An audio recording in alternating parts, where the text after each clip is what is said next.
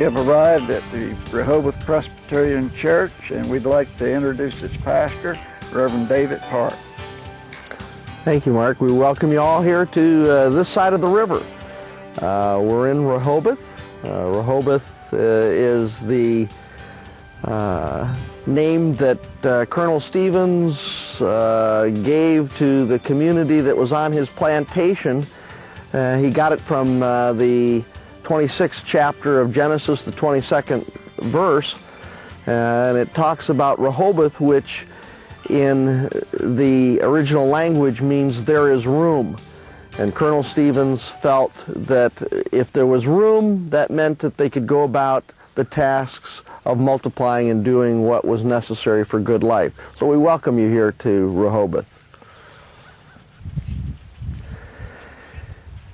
As we gathered here in Rehoboth, you need to find out a little bit about the history. Rehoboth, as we mentioned earlier, was a plantation by Colonel William Stevens. He came here from Parke, Buckinghamshire, England in 1665, and it was from that point that he came and became one of the first settlers in this area, and then became the county judge, county court judge. Colonel Stevens was one who appreciated the fact that the people here should be able to worship and seek their own direction in life. And so when he came here, he settled this land, and it went from the Pocomoke Sound to what is now the current day Pocomoke City on the north side of the river. When he found that the people here were having a hard time following the Church of England because they had come from there with its oppression, and they had come here for religious freedom, he offered to find some way that they could have their own worship center. And so Colonel Stevens set about doing that at an early year. In 1672, he legally applied for a writ from the government that would allow him to hold religious services on his plantation. And he was one of 3 people who received the go-ahead to do just that. Colonel Stevens had a large revival that met here, and they claimed that there were 1,000 people, but probably more likely in the couple hundreds. But they then decided they needed a place to meet on a regular basis, and they did meet at his home place. And then finally, in the time of 1681, that group of people decided to move up into Pennsylvania to join with a settlement that had started there, and it was made up of Quakers and others.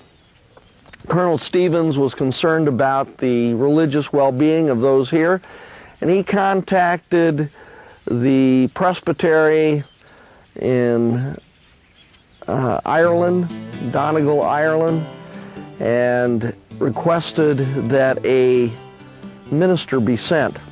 Francis Makemie was that man. He was a young man of 25 years old, and he had been ordained a year prior to his departure. Then he and another minister, Trail, came to what is now Rehoboth. And it is on this land that was given him by Colonel Stevens that he set up his church, the Rehoboth Church, on his land. The church has been in existence since 1706 when it was completed, and has had steady worship in this location from that time to the present. There is room in Rehoboth, and we welcome you as we take this opportunity to travel through it. The church is located right on the Pocomoke River. As you look behind me, you'll see the method of transportation that was used in Makemie's day was usually by horseback or by river. That river ties in directly with at least 2 additional churches that Francis Makemie started. That at Pitts Creek and Beaver Dam, and as well further upriver to Snow Hill. There are a lot of great stories that tie the river and the church together. But if you remember that just about 8 miles away to our south and west, as a crow flies, that's where Makemie Parke is, and where Francis Makemie lived with his wife. So it's by this traveling method that he was able to travel up and down to the different charges that he had, as well as to return home. As we stand on the outside, you see a building that looks somewhat small, but it's because we're dwarfed by the huge windows and the double set of doors. It's made out of brick with walls that are a little bit close to 3.5 feet thick, and those bricks were brought over as ballast on ships and then constructed here at Francis's site.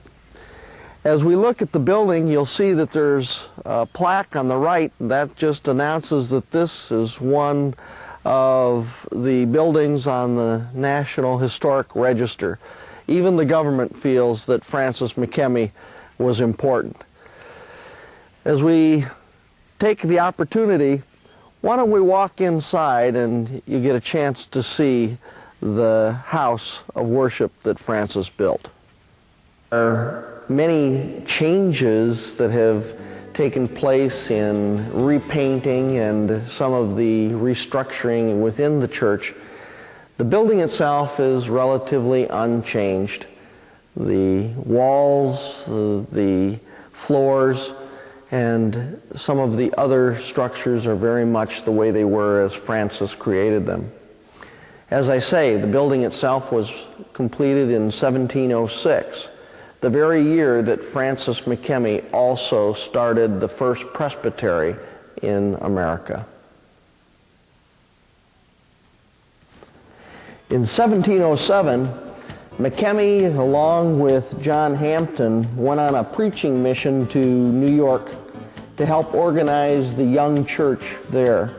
It was while they were there that they were arrested by Lord Cornbury and charged with preaching and baptizing a child without his permission.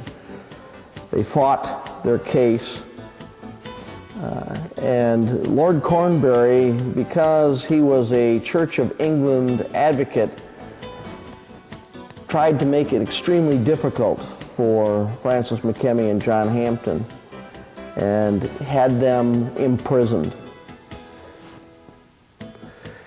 When the court case came to be, John Hampton and Francis Makemie pleaded their own case, that they were licensed to preach with freedom of religion in any and all areas under the crown. And it was because they won this case that you and I have the kind of religious freedom that we have today. You have to remember that this took place some 60 years prior to our Declaration of Independence and the Constitution. Francis Makemie's health, however, deteriorated because of this event, and although he won the case, he was charged $400 to pay for court costs. And he returned home in 1708 And after completing his will in April, on the 27th of April, in late July, he died. And so we have the history of a man who had some effect on every one of us, not just Presbyterians, but all who claim to be American.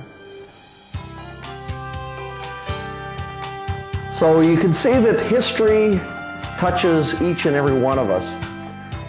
As we stand here in the church that Francis built, we have to reflect back and see that this man and what he did and how it affected our country isn't forgotten. We'd like to invite you and encourage you to become a part of the Francis Makemie Society, and as they go about the tasks of restoring the park so that you and your families can come and enjoy it, we hope that you will consider becoming a part of the Society's membership. We'd like to give you that opportunity, and you can contact the Francis Makemie Society by writing 7492 Monument Road, P.O. Box 361 in Sanford, Virginia, 23426. We encourage you to do that.